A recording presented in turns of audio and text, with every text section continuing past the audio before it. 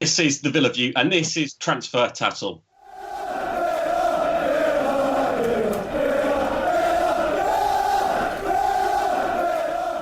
Good, honestly.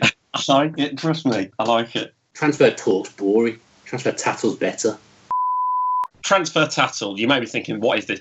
This is essentially where me and Dan will give our opinions on the rumours that are doing the rounds, whether it's players leaving Villa or coming into the club, and we discuss the player themselves and how good they are, what they're biggest for the side, and we decide if it's a true rumour or total made-up stuff. So, welcome, Dan, to this new series. Evening, Matthew. I like it. So, the first one we're going to be looking at today is, of course, Henri Lansbury. It's actually breaking, as we've just about decided to record this video, from Ed Aarons at The Guardian, that we've had a $3 million bid accepted. It looks like Henri Lansbury could be joining the club. The guy, to me, is the sort of player that everyone hates to play against, but when you've got him on your side, you absolutely love him. Well, you've stolen exactly what I was going to say, one of my first points about him, because when we played Forest back in September, he did my head in all game. That moment where he sat on the floor to try while their other player needed treatment or something for time waste, he just sat down on the floor even though there was nothing wrong with him, to try and wind down the clock. I remember Forest being really annoying that day, and he was a big part of it. But like you say, if you've got someone like that on your team, you love them. So we definitely need a bit of a nasty streak. We're not nasty enough. I think Aston Villa for a long time now, we've always been too nice. So I think to have a bit of a nasty character in there, and he's not just nasty, he can play as well. He's got 6 goals already this season. We've not had goals in midfield for a long time. So overall, it's a signing I'll be really pleased with. And obviously, I've seen him a fair bit living in Nottingham most of the time because of uni. And the Forest view of him is that he's brilliant on his day, but sometimes you can have an off day, and his discipline's slightly an issue. But to me, this guy is a massive upgrade on what we've got already. So for $3 million is a snip with only a few months left on his contract at Forest. Yeah, I mean, he does things that our central midfield players at the moment probably don't do. Obviously, we've got Jedinak, who likes to sit deeper. In fact, all our midfielders seem more comfortable sitting deeper other than Tishabola, who's a bit more dynamic. He just gives us something different, and he provides a threat, which is something that we've missed. So, as I say, I'm all for it. It's a good signing. Even if you could get him in the free in the summer, $3 million now, that's nothing when we need reinforcements. Yeah, totally. I think it's a good deal for us. I think that if it does go through, I think it'd potentially be one of the steals as well, because the likes of Watford are interested in him. Derby County have had a bid rejected already. I could never see him going to Derby anyway. That'd be total self-destruct for El Hawazi, who's obviously trying to sell Forest anyway. So I think it's a good deal all around. And for Lansbury as well, considering that I think he'd want to stay hopefully near the Midlands with a young family as well. One thing that I do like is that he's come through the Arsenal Academy. So if you've come through the Arsenal Academy, you're a very good footballer and you've been schooled the right way. So I'm a big fan of people who've come through those kind of academies like Arsenal, like Manchester United, because I think later on in their career that they do tend to blossom. One of the things that you're going to look at now, some of the stats that we've got of him, is the fact that one of his main key attributes is his passing. Something that we can't seem to do for Toffee at the moment is pass the ball. But as I've touched on as well, though, one of the obviously disadvantages if the guy is disciplined. So obviously Lansbury will probably be playing next to Jedinak in the middle of the park, who likes a bit of rough and tumble as well. So it gives us more physical presence with those two, gives us a bit more nastiness. And I think that's what we need. We've been too soft through the core of the side for a long time now. And I think we've got the centre-backs right now. Having 2 more physical central midfielders in front of them will make us tougher to break down. And I think Lansbury will probably make us more dangerous coming forward as well. We hope this one happens. It's the most farthest forward rumour that there is at the moment at this stage. So hopefully that's one that can be pushed through and hopefully start to sort out the midfield. So next up, Dan, I know an issue that is bound to cause disagreements, and it has caused disagreements already, is the rumoured loan deal that we're trying to create for Sam Johnstone from Manchester United, the 23-year-old goalkeeper. I think that it's a good move to an extent that he's going to... I can see everybody disagreeing here, that he's going to back us up big time in goal. It's going to strengthen the squad. And it's going to bring more depth to the goalkeeping department. I do disagree with what you're saying. I feel quite passionate about this because I've always defended Galini ever since that initial first error, even though I don't think it was really his fault, a big error in the Sheffield Wednesday game. I just think he's been really hard done by. And for me, we're bringing in the goalkeeper on loan from Manchester United, who's third choice. If you're third choice behind Romero, then I think there's questions need to be asked because Romero's awful. The second thing is, if there's no buy him. There's no permanent clause in there to get the guy permanently after the loan. We're just developing a Manchester United player to go back there. So unless there's a permanent fee in there, there's no point doing it for me. We're developing a Manchester United player when we've got a perfectly good goalkeeper sitting on the bench at the moment who we should be developing, because I've got every confidence that Galini's going to turn into a top goalkeeper one day. Okay, he's had a few issues, but there isn't a goalkeeper in the world that doesn't make mistakes, and I think over time the good will far outweigh the bad with Galini. And I'm a bit disappointed by this. I think it's very, very short-sighted if we bring in Sam Johnstone and get rid of Galini. I've no qualms with buying a goalkeeper, because I think we probably do need a better backup to vie for the number one place with Galini, because I don't think Bunn's up to it, if we're being honest. So if we're going to bring a keeper in, bring in someone with a bit of experience, bring someone in like Alan McGregor from Hull. But the Sam Johnstone thing, I just don't get it at all. And to do it at the expense of Galini, a good young keeper, it baffles me. Well, Dan, you say that Sam Johnstone is experienced. The guy might be 23, but bear with me. I've got a list of clubs. You ready for this one? He's played for Preston twice, Doncaster Rovers twice, Walsall, Oldham, Scunthorpe, Yeovil. That is an experienced goalkeeper to me. At the age of 23, he's going to do the job. And we have needed a goalkeeper all season. And I've got every confidence that he'll boost the squad. And I think if it does happen, he will be the first team choice goalkeeper. And yeah, it might be harsh on Galini, but we're talking about getting the division here and hopefully getting out of it the first time of asking. That needs players that have got the experience, that aren't primed to mistakes. And yeah, I've seen reports that Johnston can be lazy sometimes, but I'd rather have a lazy goalkeeper than one that drops the ball in the wrong areas. I think you're well off. You're saying Johnston's experienced. He's been number one for a championship team for half a season. I think that's not experience. Galini's been number one a championship team for half a season, and he belongs to Aston Villa. It's short side. I think it's wrong, but if he comes in, obviously I'll back him and I want him to do well. But I think it's a real shame for Galini, and I'm quite frustrated by it, to be honest. We've got some of the stats up about him. And there is a rumour as well, perhaps, that it could be a permanent deal in the summer for around £2 million. But then in the same vein, Mourinho's actually gone on record recently and saying that Johnston is a keeper that he rates at the club. So who knows? So the guy does well. If he goes back to Manchester United, that's of no long-term benefit to Aston. If there's a permanent clause in there, though. Yeah, but he might be with an option to buy. If Mourinho rates him, then he's not going to be joining Aston Villa in the summer. He's going to be a better keeper than Romero, who's sat on the bench for Man U at the moment. He'll be number 2 to De Gea with a view to moving up to number 1 in a few years. I see the necessity for loan players sometimes, but on this one, I don't get it. It's not for me. The fact that Galini, could he perhaps be homesick? I know he's been in the UK before, but when there's rumours of links to him going to a club like Juventus as well, surely that turns your eyes as well. Is he homesick? That's just there's been no confirmed reports from anyone with any reputation that he is homesick. I've not seen anything. It's just it's just a point of opinion.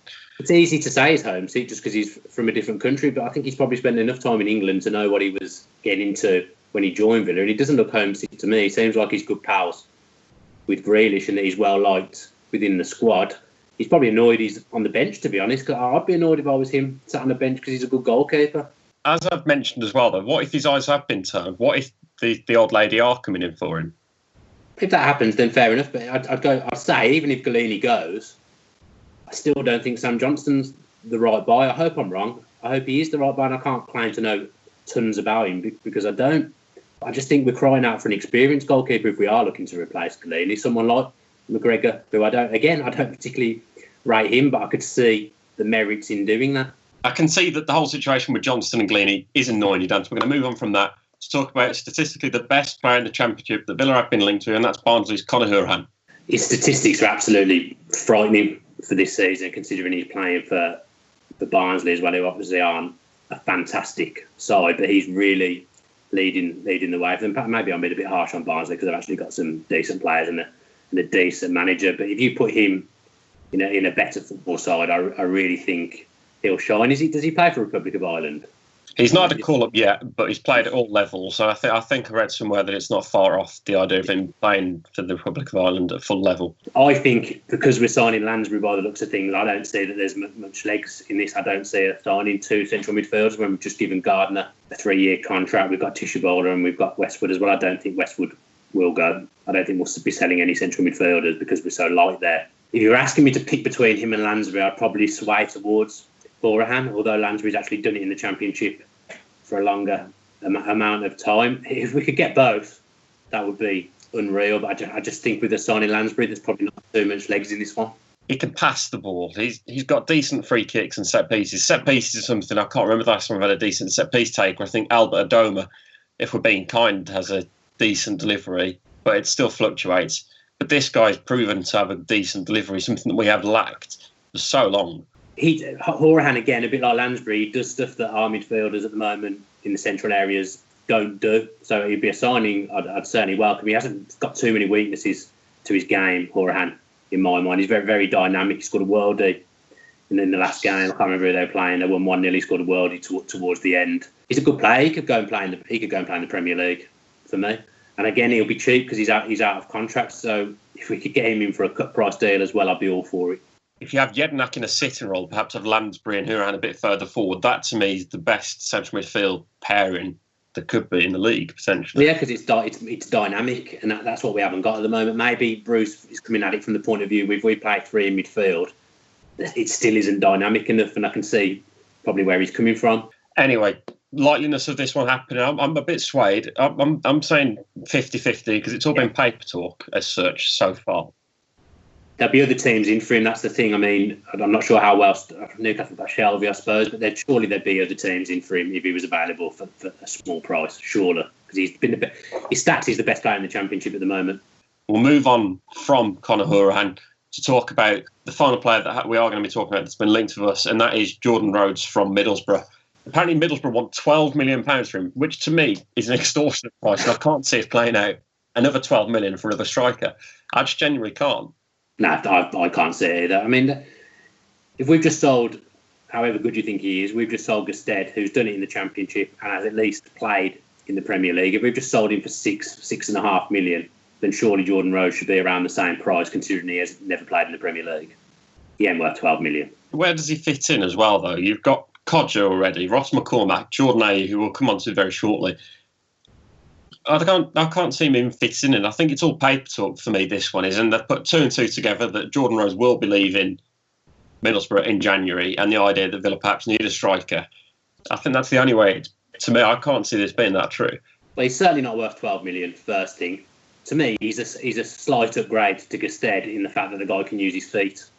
He's got a bit more about him in front of goal than Gusted. Gusted's very good in the air, but Rhodes scores his fair share of headers as well. So he's good in the air and he's better on the floor than Gusted, and he's scored goals everywhere he's been over the last few years in the Championship. So I can see the merits in it. But when everyone's fit and everyone's back, I know you need a squad, but is he better than Codger leading the line on his own?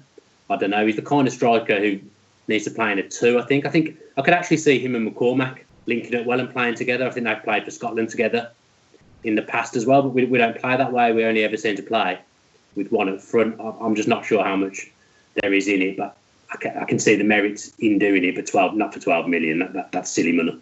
I'm undecided, but for me, I can't see this happening. I think this is all literally paper talk. Derby County, the only other side that rumoured to have an interest in him, and they have tried for him before, so perhaps he could end up there. But for me, I don't think he's going to be a Villa player come the end of January. So on the outgoing side of things, Rudy Gusted has officially left the club today for around £6.5 million. How on earth have we managed to get rid of Brad Guzan, Adama Traore and Gusted to Middlesbrough? I feel sorry for Gusted in a way. I was very critical of him last season in the Prem, but this season in the Championship, he's had flashes, to be fair, where he's looked okay and been dangerous.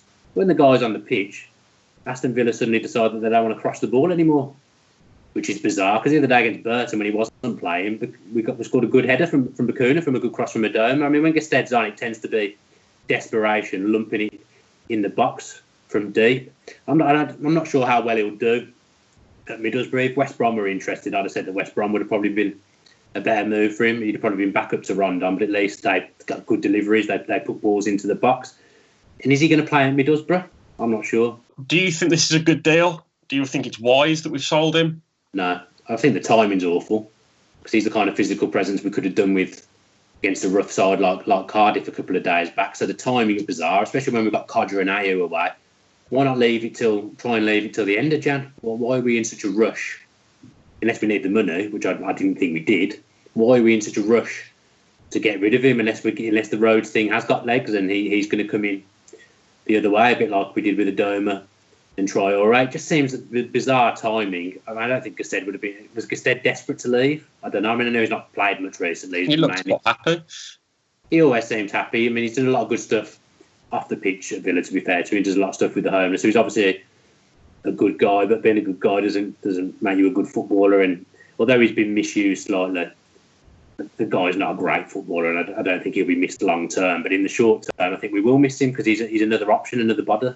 Well, that's linking on to the other point, is the fact that Libor Kozak, article doing the rounds at the moment over in the Czech Republic, is that he's signed on a 6-month loan deal for FC Opava. Our Czech subscribers can point us into the direction of that one, but we're going to need that. We'd forgotten about Kozak anyway, so to me, I don't know if we can class that as losing more bodies, or Bruce even said that the guy needed to play football and he wasn't going to get it at Villa, so it runs out the rest of his contract. Injuries have killed him.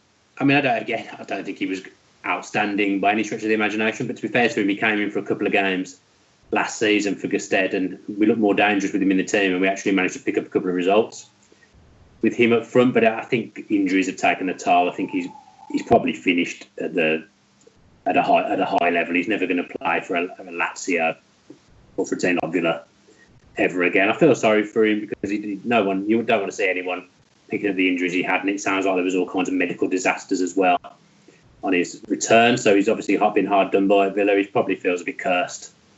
He only needed to look at a football, and he was injured. So it's a good thing for him to go and get out of Villa. To be honest, for him.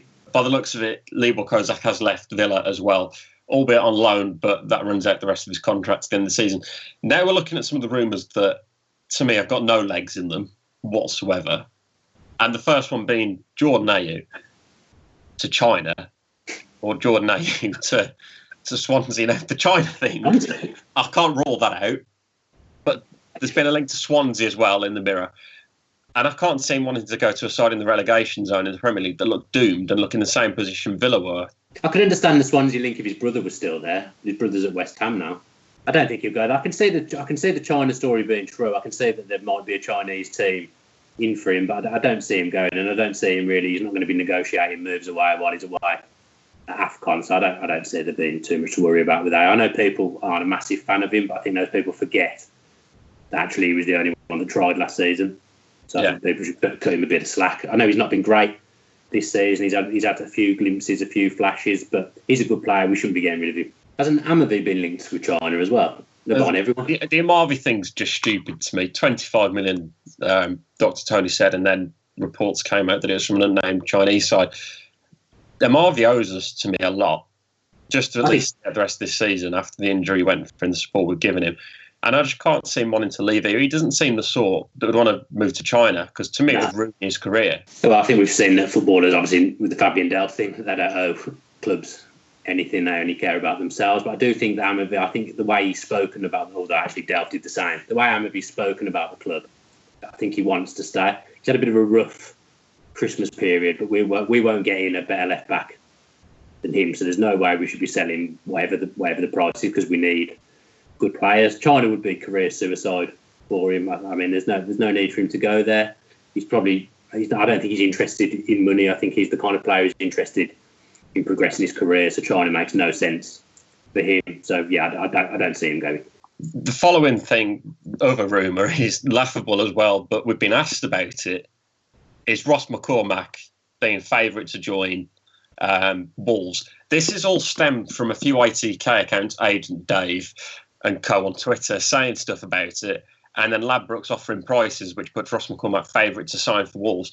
I mean, it's just people putting a flurry of bets on after seeing an ITK account. Yeah. It's absolute rubbish. She's not going to be leaving Villa. It's absolutely stupid for anyone to even consider this being true. I mean, Agent Dave may as well be my dad, Dave. He probably knows as much as my dad. I'm not going to buy a striker for 12 million who scored 20 goals a season the last 4 or 5 years in the Championship, and then loan him to Wolves for half a season, especially when we're short on strikers at the moment. I mean, again, does he really want to go and play for Paul Lambert? Probably not. We can establish that rumour is just a load of codswallop, and it's no chance of that happening. Codswallop? It's the age, like 45 years. The word. Codswallop? So that is this week's Transfer Tattle. Send in your rumours that you see to us and we'll answer them next week. We want you debating in the comments section as well. Tell us what you think about all these rumours. Send in your rumours over the next week or so and we'll try our best to answer them in the next video next Wednesday, where we discuss more of the rumours for incomings and outgoings. We want to see in the comments below if you side with me or Dan when it comes to Sam Johnstone. Do you think we need another striker, whether that be Jordan Rhodes or not? Let us know in the comments section. We want to hit 150 likes for this video. If you can drop us a like below, that'd be great. And also make sure you are subscribing if you're new to this channel. If you enjoyed that video, why not watch another? Click the video choices on screen now to go and watch them in full. Be sure to subscribe to the channel by clicking our logo there on the left. Easy peasy.